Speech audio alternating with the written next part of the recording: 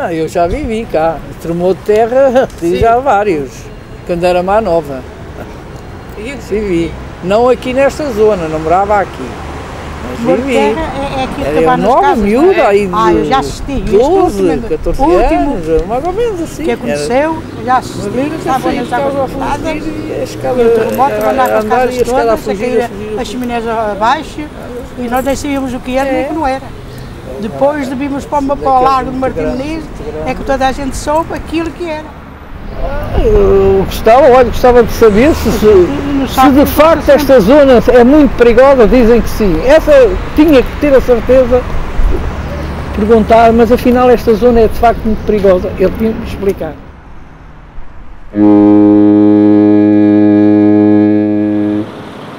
Essa é a experiência de um abalo sísmico muito fraco, aqui, há 2 ou 3 anos talvez, à noite. Portanto, acordei à noite, porque na altura estava grávida, posso-lhe contar a história, e não fui eu que acordei, foi o bebê que acordou a pontapear na minha barriga. Acho que estar num ambiente líquido sentiu mais do que eu, com certeza.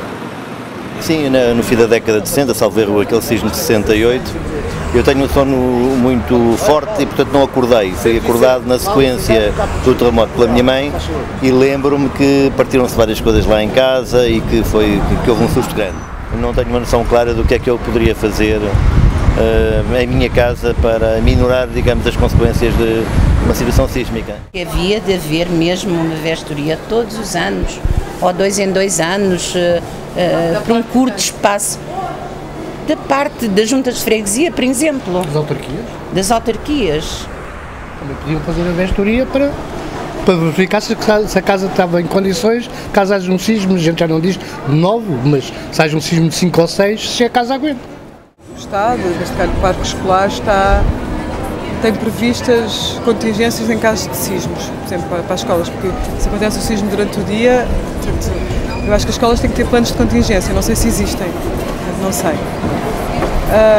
Isso preocupa-me mais do que a mim própria, porque o meu filho está na escola, os meus 2 filhos estão em escolas diferentes, estão todos os dias na escola, portanto isso preocupa-me mais. De resto, acho que essa era a pergunta fundamental, sabe? E acho que a questão da prevenção e do alerta para a população em geral, a parte da educação, era extremamente importante.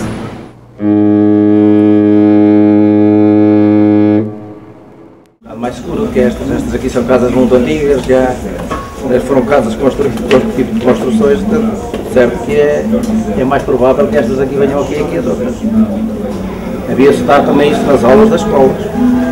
Não sei se isto está a dar nas aulas das escolas, mas era uma das coisas principais que havia, instruir as crianças. E, por exemplo, as crianças acham que sabem o que é que vão fazer em caso de emergência? No caso de... Eu penso que não sabem. Penso que não sabem.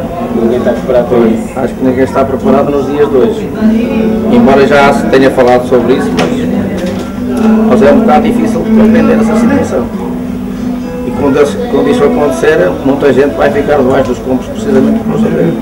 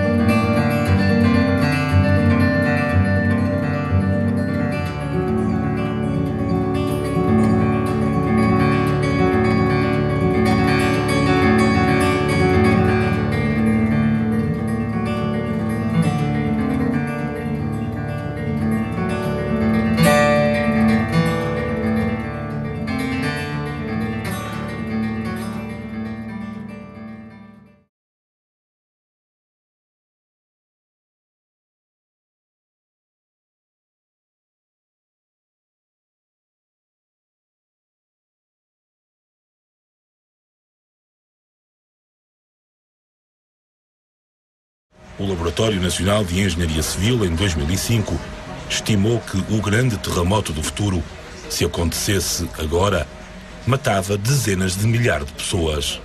É uma tragédia anunciada por causa da falta de resistência de muitas construções. Na Grande Lisboa, 600 mil pessoas, no mínimo, vivem em edifícios impreparados para um terremoto. É previsível que, num sismo forte, a maioria dos prédios colapsem ou sofram danos significativos. Construções frágeis são cruéis porque vão voltar a matar quem nelas vive.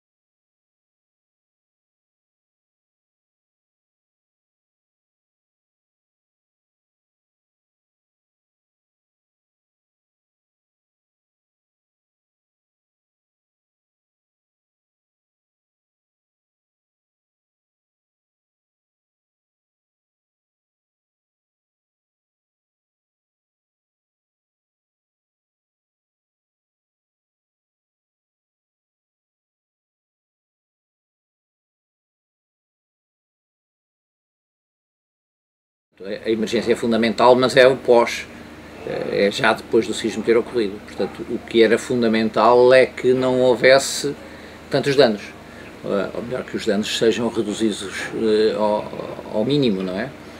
E para tal é necessário que se desenvolvam políticas de prevenção. Se diz $1, ou se quiséssemos €1 aplicado na prevenção, vai render €10 no dia em que há um acontecimento. Portanto, há uma rentabilidade muito grande digamos, desse investimento nos cuidados primários e paliativos, etc., não é? Quando dizemos tem que ser um técnico de engenharia estrutural a olhar para a construção e dizer, digamos, se o projeto que está feito de acordo com, digamos, com as regras, mas muito virado para a parte nova. Para a parte antiga, portanto, casas existentes, que é, digamos, aqui é onde se põe mais o problema, não é? Torna-se difícil. De facto, há regulamentação, mas a regulamentação é para as construções novas. Para as construções antigas, essa regulamentação não existe. Existem, a nível europeu, algumas indicações, mas é preciso agora passar para uma regulamentação para o caso português e ver como é que isso é. Portanto, é uma falha que tem que ser acabada, digamos. Era preciso mudar um bocadinho no sentido de lhes dizer cuidado, que se calhar a sua casa não está tão bem construída quanto devia. E esse ponto eu creio que as pessoas ainda não sentiram bem esse problema, quer dizer, tomam um bocadinho como garantido que as casas, quando são construídas, são boas, não serão, digamos, propriamente à base, digamos, para conseguirem suportar os sismos, mas elas são suficientemente resistentes para que não colapsem. E ouve-se muita gente até dizer, não, a minha é boa, nunca teve problema nenhum e tal, sem terem qualquer ideia do que é que isso queira dizer. Portanto, elas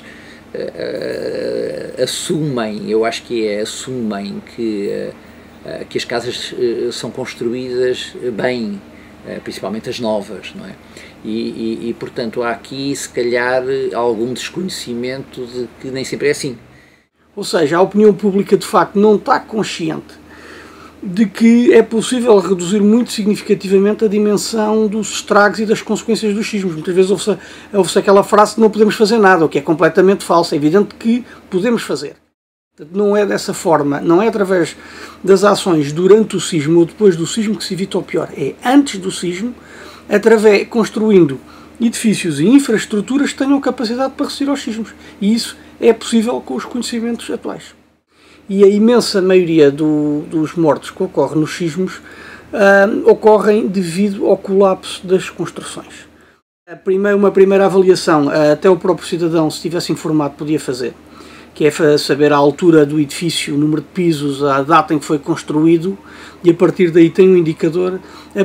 Mais do que isso, obriga a intervenção de um engenheiro, mas digamos, eu creio que o essencial, pelo menos um indicador, não uma garantia, mas um indicador da resistência sísmica de uma construção, pode-se conseguir com uma vistoria, em que um engenheiro com conhecimento da data de construção, que é associado aos materiais, às técnicas e à regulamentação existente, da altura do edifício e da existência ou não de irregularidades estruturais no edifício, fica logo com uma primeira indicação do que é que pode ser a resistência sísmica do edifício. Mesmo assim, ainda pode ser razoavelmente variável, porque nós não sabemos depois a qualidade do que está feito daquilo que não se vê.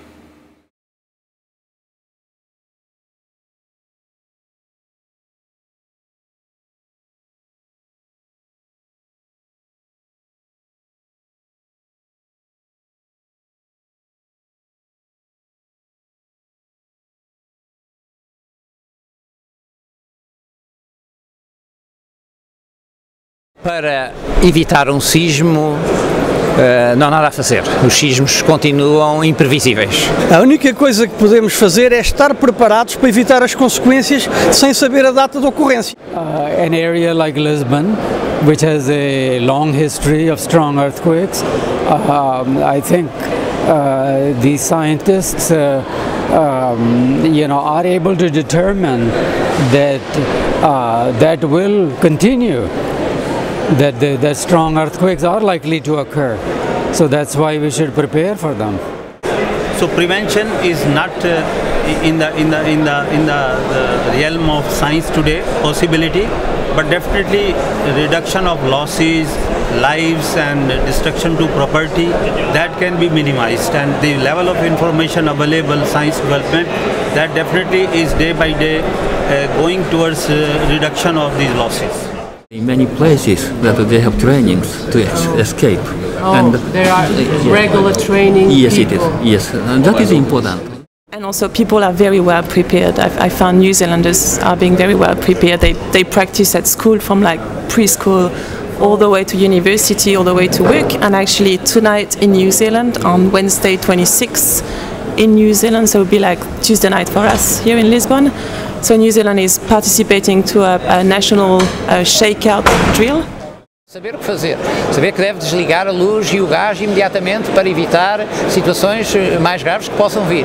Está pronto a abrir as portas, porque as portas podem ficar empenadas e a pessoa depois fica presa. E, portanto, saber o que fazer logo no imediato, não é? Mal acaba o sismo, para ir para sítios que sejam seguros. Portanto, sair após o sismo, sair o mais depressa possível, porque pode haver uma réplica ou haver um fenómeno ainda mais forte a seguir.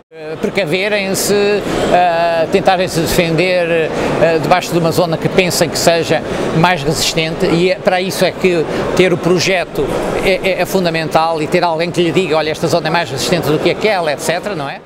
Tentar sair para a rua com um rádio com pilhas para ouvir as instruções da Proteção Civil e procurar abrigo num sítio onde não haja nada que possa cair em cima. Não devemos ter objetos pesados em sítios altos, portanto não se deve meter um vaso cheio de terra numa prateleira, porque aquilo pode cair nas costas de uma pessoa e partir-lhe a espinha, ou rachar-lhe a cabeça ou qualquer coisa do género. Digamos, armários, também é bom, se possível, que sejam presos às paredes. Pratos e vidros, etc., comecem a cair das prateleiras, e se uma criança pequena está na cozinha, pode ser gravemente ferida com situações desse tipo. The safest position is just to get under a table or something, or a door frame or anything, just to protect yourself from those different items. Suppose the kids are in schools and wife is at home and I'm in the office, so where is the point where we are going to meet, and how we will be in the very disturbed environment without telecommunication, without the cell phone, where we are going to meet together.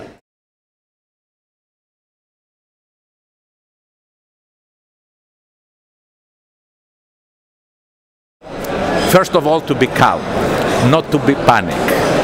And then start thinking in the positive way that I can do something, not 100%, but something can be done, and start with this. And little by little you reduce this risk. The resilience is not 1-0, it has a long part between 1 and 0.